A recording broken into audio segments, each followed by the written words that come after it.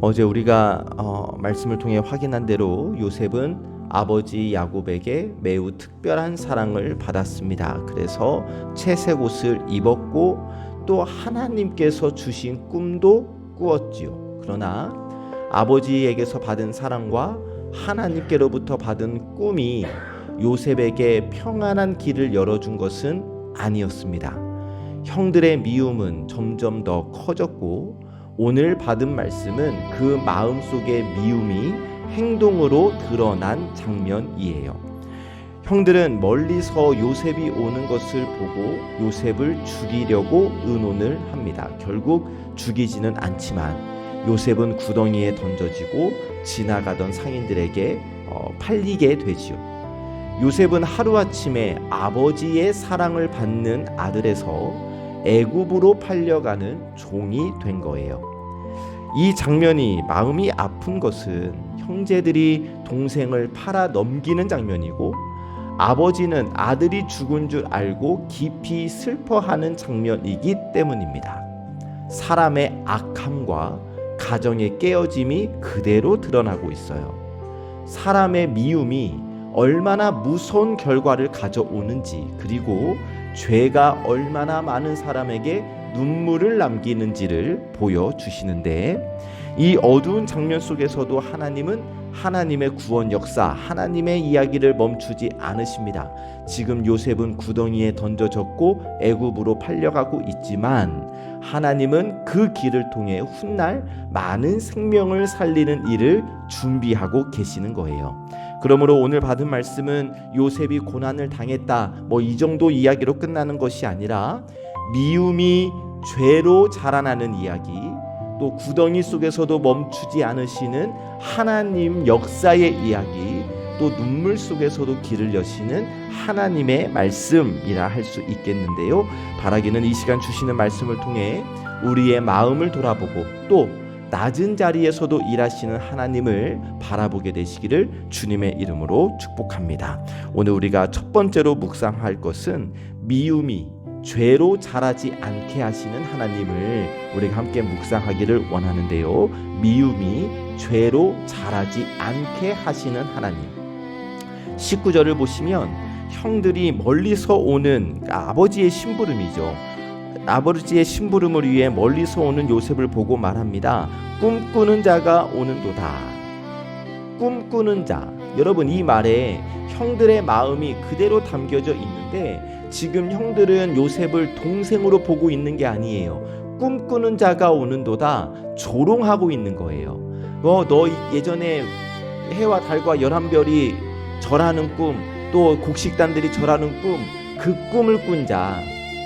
조롱, 비아냥이 섞여 있는 거예요. 그러니까 지금 형들의 마음 속에는 동생 요셉을 향한 미움이 가득 차 있는 거죠.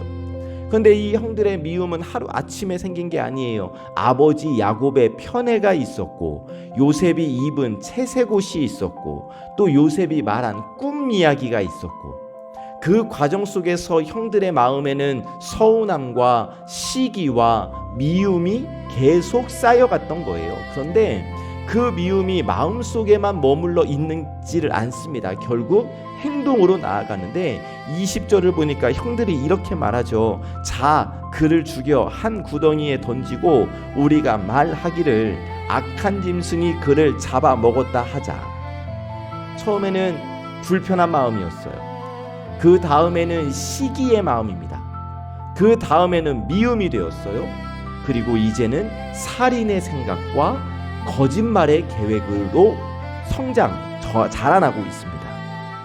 여기서 우리가 발견할 수 있는 것, 미움을 그냥 두면 죄가 된다는 거예요. 여러분, 우리 마음속에도 미움이 생길 때가 있습니다. 서운함이 생기고 비교하는 마음이 생기고 누군가를 향한 불편한 감정이 생길 수 있어요.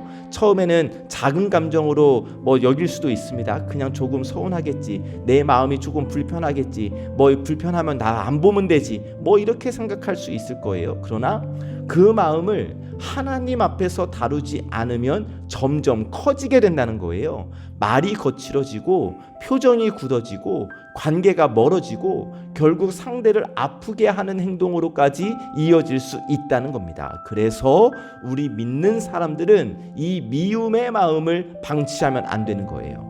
내 마음속에 미움이 자라나고 있다면, 그것을 내가 알고 있다면 즉각 하나님 앞으로 가져와야 하는 겁니다. 주님, 내 이 마음을 주님께서 다스려 주십시오. 이 마음이, 미움의 마음이 죄가 되지 않도록 주님께서 나를 지켜주십시오. 기도할 수 있어야 하는 거예요. 하나님은 우리의 행동만 보시는 것이 아니라 우리의 마음도 보십니다. 그래서 바라기는 내 안에 있는 미움이 죄로 자라나지 않도록 하나님 앞에서 내 마음을 지키는 믿음의 사람, 저와 여러분 되시기를 주님의 이름으로 축복합니다. 아멘. 두 번째로, 구덩이 속에서도 멈추지 않으시는 하나님을 우리가 함께 묵상하기를 원합니다. 구덩이 속에서도 멈추지 않으시는 하나님.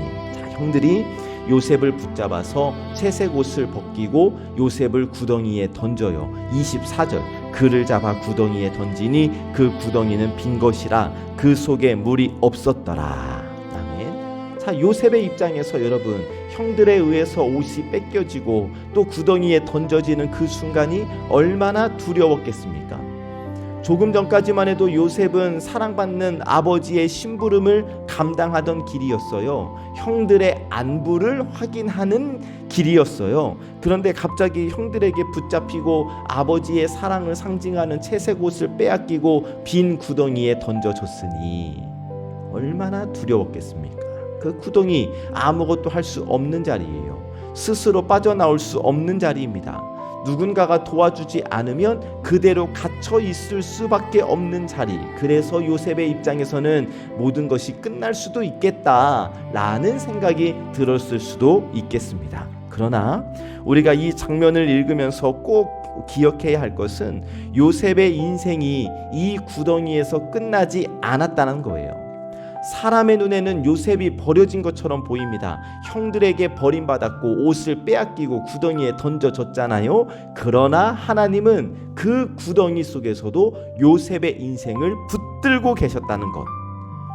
요셉이 지금 당장 이 순간 하나님의 계획을 다 알지 못했을 거예요. 왜 이런 일이 일어나는지 이해할 수 없었을 거예요. 그러나 하나님은 이 일을 통하여 요셉을 애굽으로 보내고 계셨어요. 요셉이 원해서 가는 길은 아니었지만 하나님은 이 고통스러운 길 속에서도 하나님의 큰 뜻을 이루어 가고 계셨다고요. 하나님은 구덩이 속에서도 멈추지 않으셨습니다. 여러분, 우리의 삶에도 구덩이 같은 시간이 있을 수 있지요. 내가 아무것도 할 수 없는 것 같이 느껴지는 시간, 억울한 시간, 누군가에게 버려진 것 같이 느껴지는 시간, 이러한 구덩이 같은 시간들이 있을 것인데, 그래서 내 힘으로는 빠져나올 수 없고 상황은 답답하고 내 마음이 무너질 때가 있을 것인데, 그러나 기억하셔야 할 것은 그 시간이 끝이 아니라는 사실, 하나님이 일하시는 과정이라는 사실을 여러분 믿으시기를 바랍니다. 하나님은 낮은 자리에서도 일하세요. 보이지 않는 곳에서도 일하십니다. 우리가 이해하지 못하는 순간에도 하나님의 계획은 멈추지 않으니 그 하나님을 신뢰하시기를 주님의 이름으로 축복합니다. 아멘. 세 번째로, 눈물 속에서 길을 여시는 하나님을 우리가 묵상하기를 원합니다. 눈물 속에서 길을 여시는 하나님. 자, 형들이 요셉을 죽이지는 않아요. 그러나 지나가던 상인들에게 팔아버리죠. 28절을 보니까 은 20에 팔려 요셉이 애굽으로 가게 됩니다. 자, 요셉, 아버지의 집을 떠났고 사랑받던 아들의 자리에서 낯선 땅의 종으로 내려가게 되었습니다. 요셉이 원한 길이 아니었어요. 계획한 길이 아닙니다. 형들의 죄와 악한 선택 때문에 끌려가게 된 길이에요. 그리고 형들은 자신들의 죄를 숨기기 위하여 요셉의 채색 옷에 순념소의 피를 묻혀 아버지 야곱에게로 보냅니다. 야곱은 그 옷을 보고 요셉이 죽었다고 생각합니다. 34절을 보니까 야곱이 자기 옷을 찢고 굵은 배로 허리를 묶고 오래도록 아들을 위하여 애통했다 기록하시잖아요. 여러분, 이 장면, 한 가정이 죄로 인하여 얼마나 깊이 무너지는가를 보여줍니다. 요셉은 팔려가요. 야곱은 속아요. 형들은 죄를 숨겨요. 겉으로 보면 모든 것이 무너졌습니다. 눈물과 슬픔만 남은 것처럼 보여요. 그런데 36절 말씀을 보니까 성경은 너무나 중요한 사실을 우리에게 말씀해 주시는데, 그 미디안 사람들은 그를 애굽에서 바로의 신하 친위대장 보디발에게 팔았더라. 아멘. 이 말씀이 무슨 의미가 있는가? 그저 요셉이 어디로 팔려갔는가를 알려주는 것 아닌가? 아니요. 여러분, 우리는 이 말씀 뒤에 이야기를 이미 알고 있잖아요. 지금 이 길은 하나님께서 요셉을 애굽으로 보내시는 길이에요. 훗날 많은 생명들을 살리기 위해 요셉을 보내시는 하나님의 방법이었어요. 여기서 우리가 발견할 수 있는 것, 하나님은 눈물 흘려야 하는 그 상황 속에서도 길을 열고 계신다라는 사실입니다. 사람의 죄는 분명히 악해요. 형들의 선택은 정당화될 수 없어요. 그러나 하나님은 사람의 악함보다 크신 하나님, 사람의 죄와 눈물 속에서도 하나님은 하나님의 길을 열어 가신다는 거예요. 여러분, 우리의 삶에도 눈물 나는 일들이 있죠. 이해할 수 없는 일들이 있습니다. 모든 것이 어그러진 것처럼 보이는 순간들이 있습니다. 그러나 사랑하는 여러분, 우리 하나님은 그 눈물 속에서도 길을 여시는 분이심을 확실히 믿으시기를 주님의 이름으로 축복합니다. 하나님이 우리의 눈물을 모르시는 게 아니에요. 그리고 그 눈물 속에서 하나님은 우리를 위한 하나님의 역사, 하나님의 길을 준비하고 계시니 그 하나님을 바라보시기를 주님의 이름으로 축복합니다. 아멘. 말씀을 정리하면, 형들의 미움은 죄로 자라났어요. 요셉이 구덩이에 던져집니다. 야곱의 가정에 많은 눈물이 찾아왔어요. 겉으로 보면 다 망한 것처럼 보여요. 그러나 믿음의 눈으로 보면 하나님은 지금 이 모든 과정 속에서 일하고 계셨던 거예요. 여러분, 미움이 죄로 자라나는 자리에서 하나님은 우리의 마음을 돌아보게 하십니다. 구덩이처럼 낮고 답답한 자리에서도 하나님은 멈추지 않으십니다.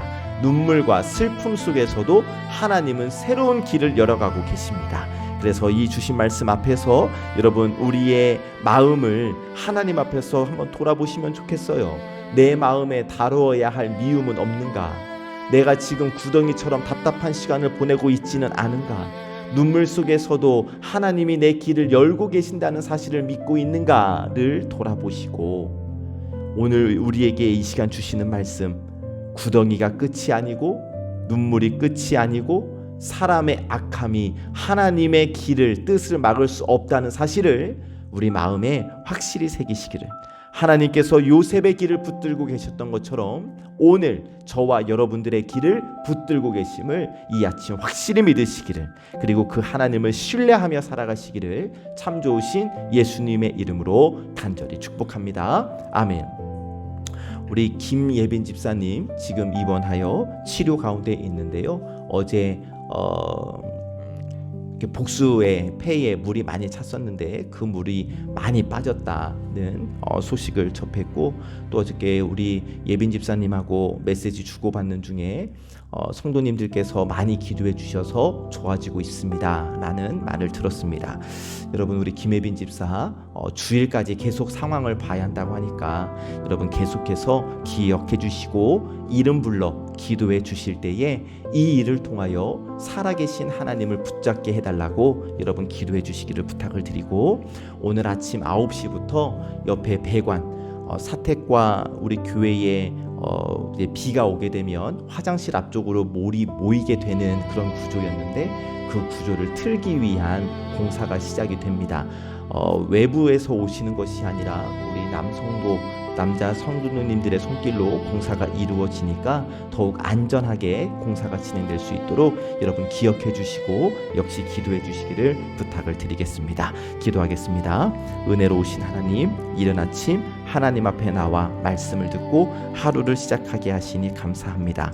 요셉의 아픈 시간을 통하여 미움이 죄로 자라나지 않도록 내 마음을 하나님께로 가져와야 한다는 것을 깨닫게 하시고 구덩이 같은 자리에서도 멈추지 않으시는 하나님을 만나게 하시니 감사합니다. 먼저 주신 말씀 앞에 기도하옵기는 하나님 저희의 마음을 지켜주시기를 간구합니다. 사람과의 관계 속에서 서운함이 느껴질 수도 있고 때로는 그 사람이 너무나 미울 때도 있지만 그 서운함과 미움이 내 마음속에서 자라나지 않게 하시고 사람을 향한 상처와 감정을 하나님 앞으로 가지고 나올 수 있도록, 그래서 우리의 마음이 죄로 흘러가지 않도록 용서와 사랑의 마음이 회복될 수 있도록 하나님께서 도와주시옵소서. 하나님, 구덩이와 같은 시간을 지나는 성도들이 있습니다. 아무것도 할 수 없는 것 같고 마음은 답답하고 길이 보이지 않는 자리에 있는 우리 성도들이 있는데 하나님, 그 자리에서 하나님이 지금도 일하고 계심을 믿는 믿음을 더하여 주시옵소서. 낮은 자리에서도 멈추지 않으시는 하나님을 신뢰하며 눈물 속에서도 길을 여시는 하나님을 바라보게 하여 주시옵소서. 하나님, 오늘은 어버이날입니다. 어버이날 우리 부모님들과 어르신들을 위해 기도할 때에 하나님, 우리를 낳으시고 기르시며 사랑으로 수고하신 우리 부모님들의 삶을 축복하여 주시기를 간구합니다. 자녀들을 위해 흘린 눈물과 기도의 헌신을 주님께서 기억하여 주시고 그 마음에 하늘의 위로와 평안을 더하여 주시옵소서. 연로하신 부모님들과 어르신들의 육신을 하나님께서 강건하게 붙들어 주시기를 원합니다. 외롭지 않게 하시고 그 마음에 서운함이 쌓이지 않게 하시며 자녀와 가정 안에서 사랑과 존경을 받게 하여 주옵소서. 우리 자녀 세대들은 부모님의 수고를 당연히 여기지 않게 하시고 감사와 공경의 마음으로 섬기게 하여 주시옵소서. 하나님, 육신의 질병으로 신음하고 있는 우리 환우들이 있습니다. 특별히 아버지 하나님, 병상 중에 계신 우리 부모님들과 어르신들에게 치료와 회복의 은혜를 베풀어 주시옵시고 그들의 마음이 낙심하지 않도록 그들의 마음 가운데 주님의 평강이 임하게 하여 주시옵소서. 우리 김혜빈 집사 지금 입원하여 치료 가운데 있사오니 하나님께서 그 환부를 친히 안수하여 주시어서 깨끗하게 나음 입을 수 있도록 인도하여 주시고 몸이 나아지는 이 시간을 통하여 하나님이 나를 고치시고 계시는구나 라는 믿음의 고백이 우리 김혜빈 집사와 이근종 성도의 입술에서 흘러나올 수 있도록 하나님 인도하여 주시옵소서. 오늘 공사가 진행됩니다. 안전하게 진행될 수 있도록 하나님께서 지켜주시옵소서. 이 아침 예배를 드리고 하루를 시작하는 우리 예배자들을 축복할 때에 하나님, 이들의 삶의 모든 자리에서 하나님이 함께하여 주시고 이들의 마음을 지키며 믿음으로 살아갈 수 있도록 보혜사 성령님께서 도와주시옵소서. 오늘 우리 송암의 모든 권속들 오늘 하루 부모님께 감사하고 마음을 하나님 앞에서 지키며 하나님의 길을 신뢰하는 삶을 살아갈 수 있도록 도와주시옵소서. 모든 말씀 우리 구주 예수 그리스도의 이름으로 간절히 기도하옵나이다. 아멘.